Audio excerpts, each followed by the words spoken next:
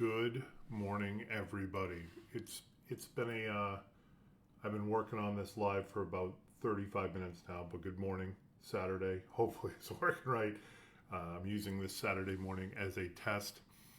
I'm running a software called OBS, which is what all the kids use for their live streaming and stuff like that. And I'm trying to connect it to Facebook so I can present at the same time, and it's not just a picture of me. But cheers. If you watch some of my YouTube videos, I've been using OBS, but this is the first time I've used it to go live, so pretty exciting. Cheers. Saturday morning, it's cold, I'm hoodied up, and I'm having my first coffee of the day, so cheers to you.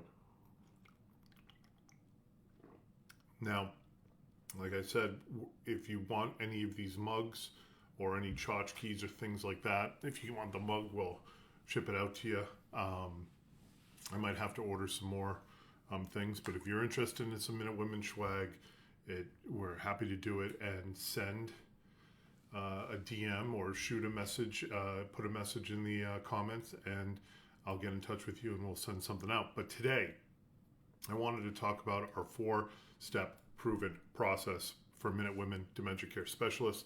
For those of you who don't know, Minute Women is in the greater Boston area. We provide specialized dementia care for seniors, and we have gone through a process of making sure that we have a proven process, and that is what we abide by, and I'm happy to share it with you. And this is what every single client goes through, and what we do on our end to try to ensure that there's smooth onboarding, that there's a smooth start. When you're looking at private home care, in my opinion, the two most difficult times for a case is when the case is starting and when there is a fill-in. You typically are, when you're starting a new case, it is a adjustment for the person who's getting care. It's the family is kind of walking on eggshells, as are we, to make sure that we're the right people and we're going to do what we say we're going to do. You're building a relationship. You're starting from the ground and building up, and with trust and with care, with everybody, with the family members, with the clients, with the caregivers, with our staff. We're getting to know each other, right? We're working together, and it takes a few weeks to really feel, for families to have confidence in what we're doing, and to see some of the progress that can be made. And so that's a really kind of difficult time. It's the beginning, right? And that can be stressful for families. And then, of course, where there can be problems is when you have a fill-in, where you have a weather event, or somebody has an emergency, or they go on vacation, and a caregiver who's new to the situation is going in, and that can be a weak point when it comes to private home care, because when you have a consistent caregiver that's been there, they know what works, they know what doesn't work, they know all the intricacies of this client and all of the things that can't be put on a care plan, right? And because you can't put everything on the care plan. So how they like their sandwiches made. An example, do they like crust or do they not like crust? Do they like it grilled or do they like it cold? All those little things that make life easier for family members and make our clients happy. A fill-in caregiver may not know about that, and that can be a challenge. And so that care plan is obviously really important, but there are all those little intricacies and all those little things that a fill-in caregiver may not know about, which can lead to there being more stress and a higher chance that somebody's unhappy with the level of service we're providing. So, with our proven process, it is what we go by. Nothing in this world is perfect, but this is what we do to try to make sure that onboarding a new client is as smooth as we can make it. So we can get into it. So this is our proven process. This is what we've designed. And so really it's 4 steps. It's understand and align. It's assess and collaborate. It's onboard, and then provide specialized person-centered care. And so when we are at the very beginning stages of talking with a prospective customer, a client, an intro call, whatever you would like to call that. It's about understanding and aligning, finding out what the situation is, and really listen to families to find out what they're going through at the moment in time.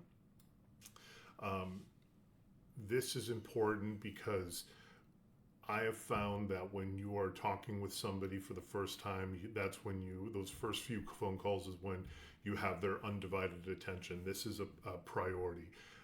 Our industry is a crisis-driven industry, so this is the top priority for a family member. And then once care starts up, there are other things that become higher priorities because this fires out, and there are other fires in that person's life or in that family's life, or other priorities, I should say, that mean that that we might not be able to have as deep and long of a conversation with somebody. And so it's about listening and understanding what the situation is, understanding what the care needs are for that person. When we're starting a case, we want to keep the expectations to what are the couple things that are the major goals for somebody, for your mom or your dad. Where are we at? Because we're upfront, and I've said in previous videos, we are not Mary Poppins that's going to come in and everything's going to be fixed on the first day, the second day, or the third day. It is a process. And when you're working with somebody who is living with dementia, it can be an even longer process because there needs to be a lot more time for that person to have that trust built up and to know that this memory care professional that's coming out is helping them and that they can trust that person. An example is we've had situations where a memory care professional goes out and cannot get a customer to go into the shower, right? And then a family member comes along after 45 minutes of us reapproaching and trying different measures and talking with them through the office, and they say, hey, Mary, how about we go in and take a shower? And she's like, fine, sure, that's great. A family member was able to do that. Why was that? Well, because there's that trust there, that there's that bond, that I know this person's going to keep me safe. With caregiving, that bond takes time. It just does. You can't fast track that. And so the example that I give is, if I were to come into your home and say, hey, I need you to strip naked and we're going to hop in the shower together and I'm going to bathe you and then I'm going to dress you, you'd probably sit there and be like, I'm calling the police right now. Well, imagine that for somebody who's living with dementia. They've just met somebody, they're confused, they're maybe agitated, they don't know what's going on or why that there's this person here, and now we're trying to provide personal care to them. So that's why we sit there and say, what are the care needs are? We need to know what all the care needs are, but also what are the major care needs over time. Like, how do we start? Like in the first week, maybe we can build some trust and get this going, and the second week we can add to that, and the third week we can add to that, and it compounds on every single week. And then within a few weeks or maybe a month and a half, we've got some trust developed, and we have a client that is trusting over the caregivers and the memory care professionals coming in. The other thing we like to do, which I think the proof is in the pudding with us doing these lives all the time, and our blog and our podcast and all of the things that we do out into the community is try to provide education of our industry. We recognize that since this is a crisis-driven industry, it means that a lot of people are trying to drink from the fire hose of information, and you're not going to retain everything. So we try to explain how this industry works, as I've done in other videos, and that way family members can understand the challenges that they may be facing or what is going to work. And we determine if we're the right fit for them. It's a two-way street. We are not the company that takes every single client that calls us up. We probably turn away more clients than we accept because we want to make sure it's a right fit for us and we're going to be successful. So, like as I've said in other videos, if somebody calls up looking for split shifts at 3 hours in the morning, 3 hours in the afternoon, we're not the right people to do that. We don't have those caregivers that are looking for those split shift type hours. And so if we accept that case, we're likely going to have challenges with it, and it's going to mean that the family is not going to have their expectations met. And then, of course, if we aren't the right fit, one of the things we do after we educate them is we point them in the right direction of somebody that could help them, so they're not just floating on a raft in the middle of the ocean trying to figure out what to do. We have a deep Rolodex, we have a big Rolodex, and we can certainly make introductions and make referrals to other companies or experts or services that might be able to help them in this moment in time of what they're looking for. And so then the next part of this is to assess and collaborate. It's reviewing our service agreement process. You know, we have a relatively short service agreement. I think it's like 2 pages, maybe 3 pages at the most. You know, unfortunately, you have to have a strong service agreement, but we go through that and explain kind of what it all says. And then we provide a complete, comprehensive, person-centered care assessment. And so this situation is, we probably are fortunate if we're getting 70%, 50 to 70% of the information that we need. We have family members that live in different time zones. We even have family members that may live down the street but don't know everything that's going on with mom or dad all of the time. So we know that we're going to get a certain amount of information, and the sooner we start services and we can send our supervisors in there and our care team in there, we're going to get much more of that 100% of exactly what's going on. And like I said before, we're managing expectations by setting goals. We aren't going to promise that we're going to walk in there and everything's going to magically be better. It is going to be a process. It's going to take some time.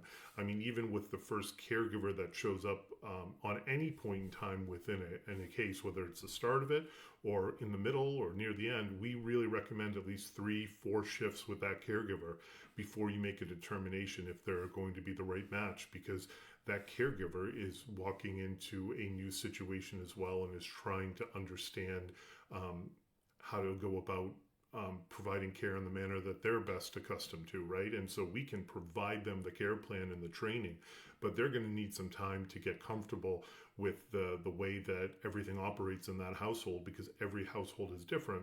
And I think if you put yourself in the position of, if I asked you and called you up, you know, this happens with a lot of home care companies. Hey, just I need you to go into, I live in Medford, so I need you to go to Medford, provide care for Ryan.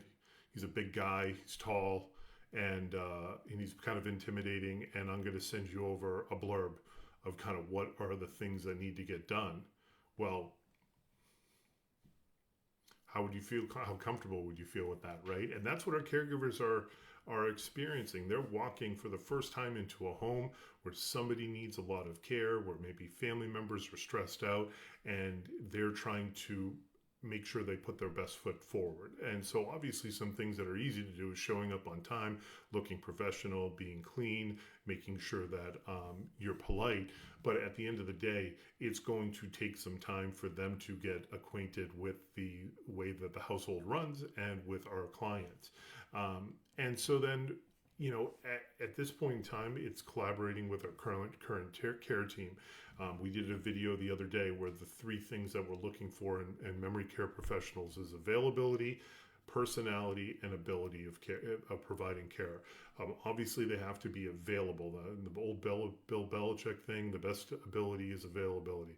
They need to be the right personality match that they're going to fit in with this client. And they need to have the abilities to be able to provide care to these clients, or if they're needing some training, and every memory care professional needs specific training for every client, because all of our clients are unique in what their care needs are. We are here to provide that support and that training for any of those challenges that we think they may face, or challenges that we weren't expecting that they were going to face, but they are, and we're here to support them. They're not on an island all by themselves. And then, of course, it's provide introductions to the other resources as indicated. So if there are other professionals or other parts of their care team, usually a care team involves 3 major kind of legs of the stool. It's the care team, it's legal, and it's financial. And so we always ask family members, like, who's your power of attorney, who's your wealth manager, who's your elder law attorney, who's your estate planner. And if they don't have these things, we ask that not because we're trying to take all their money or we're trying to figure out how much cash they have. It's because these are important pillars in providing good quality care. If we go in and somebody is in the early to mid stages of dementia, they may still be able to go to an estate planner and get their estate done and still be able to do those things on their own with some assistance. But if they're in the middle to late stages of dementia, that's going to be a big problem. And when you're looking at providing care and you're looking at managing somebody's money and you're looking at, hey, this person has a disease that's over time going to get worse and somebody's going to pass away from, you want to make sure all of those things are in place so that this is as smooth of a process as humanly possible. And so that's why we ask about who your estate planner is. Oh, I don't have an estate planner and I don't have one for myself and I don't think my dad ever did one. Well, we got to introduce you to an estate planner because you need to get, this is a high priority item as well. Do you have an elder law attorney? Do you have somebody that's going to be able to help with all of this? All right, well, estate planners and elder law attorneys can work well together. Who is managing your money? Who's the power of attorney? Do you have a fiduciary that you work with, or is it something you're handling yourself?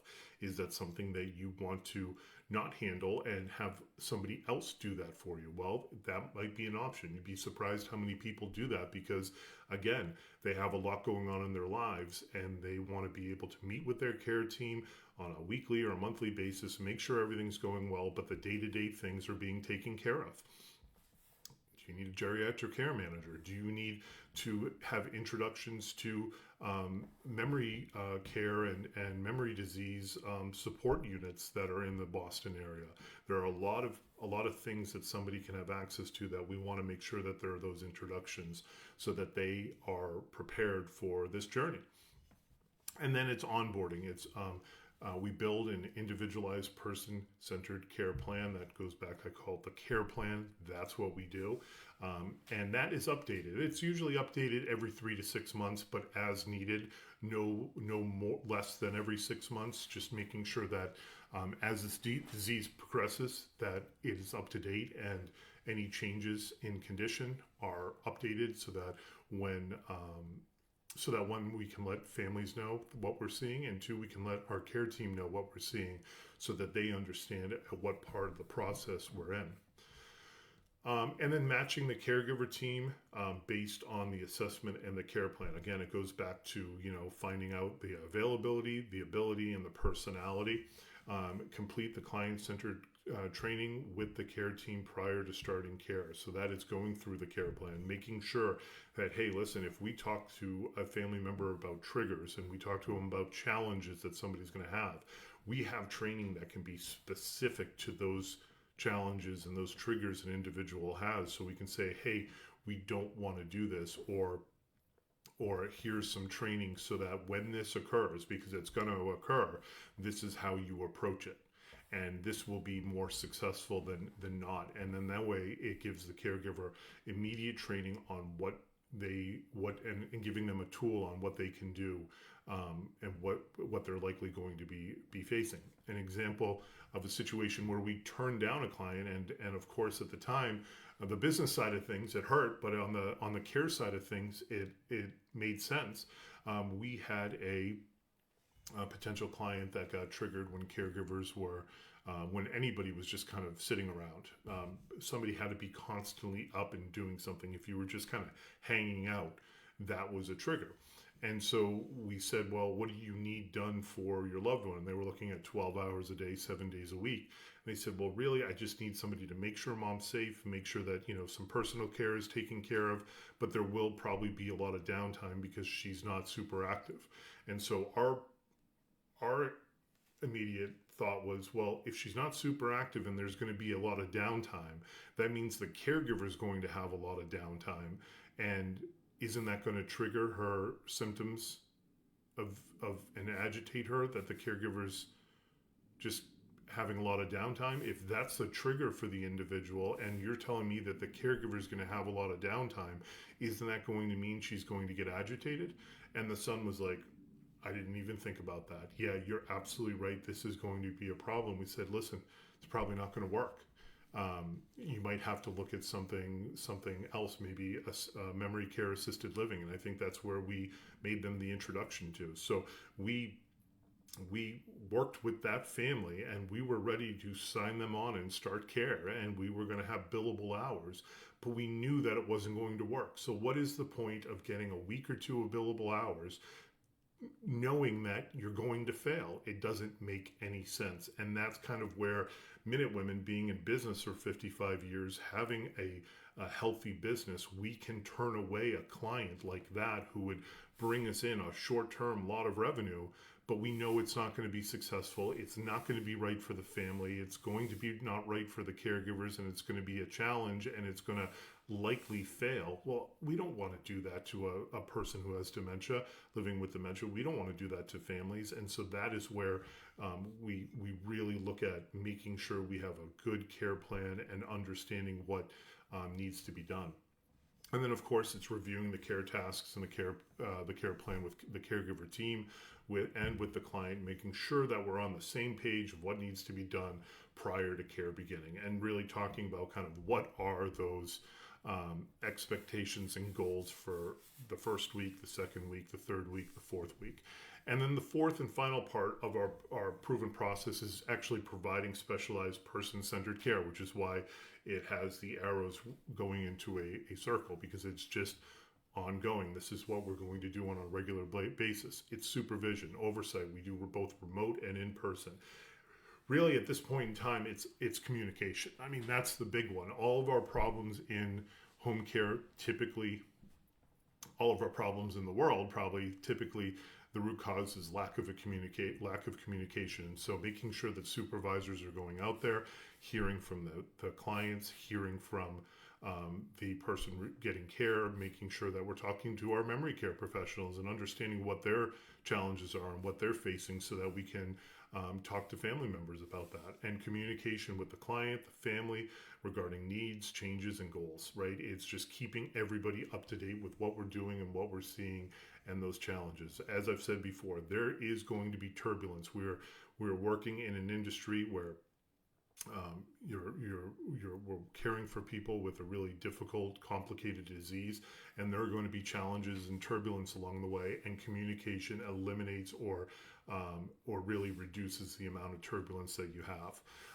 And then ongoing education and training. You know, our memory care professionals are trained. They go through 8 hours of dementia training. They have ongoing training with their clients, but just making sure that as new caregivers go in there, there's ongoing training. As there's changes in condition, that they get updated training on how to approach these new challenges, and really focusing on general aging and memory care disease issues. So client-centered education and that are relevant to the needs, behaviors, and challenges of the case and the individual.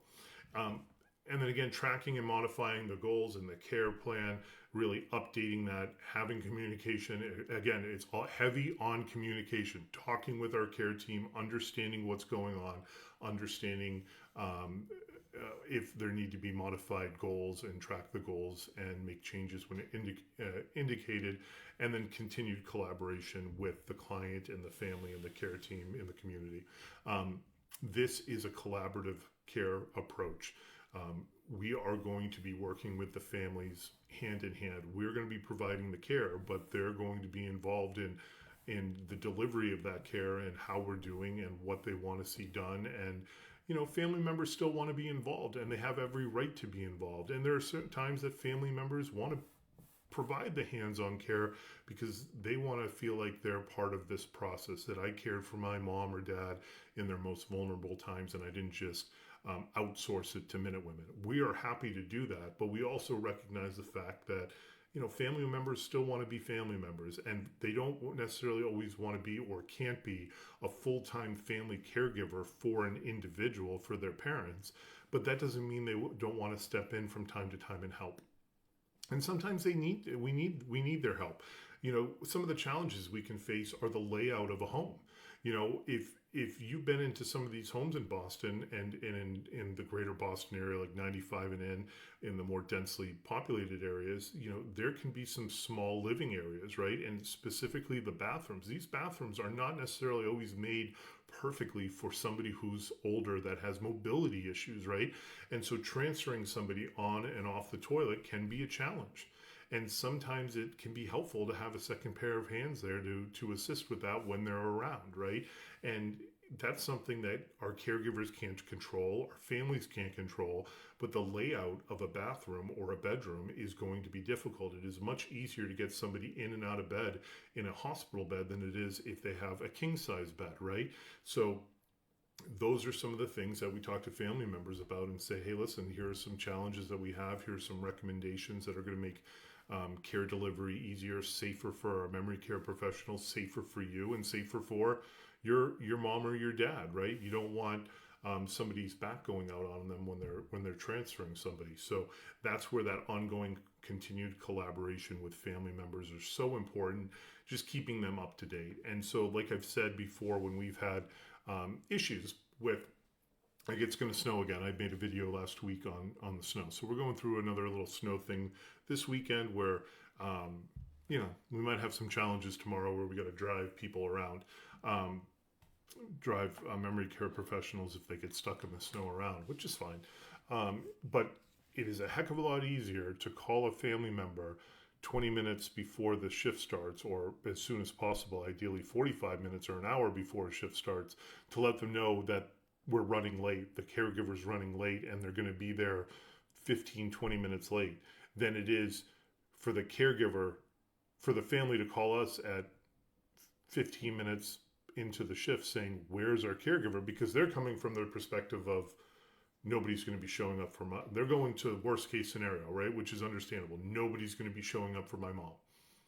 There's going to be a 12-hour shift where she's going to be completely alone. Well, no, that's not the case. The caregiver's just running late.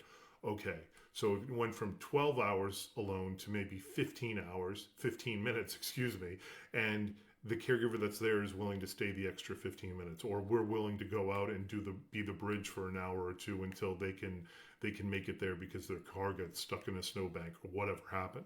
So that being proactive on communication almost always is much better than it is being reactive to the communication, because then you can explain to somebody what's going on, what the challenge is, and what the fix to that challenge is, versus them calling us up and saying, nobody showed up, I'm freaking out, I can't do this for 12 hours by myself, and then we're trying to scramble and figure out what's going on, and all our employee had to do was message us and say, hey, I'm running 15-20 minutes late because of the snow.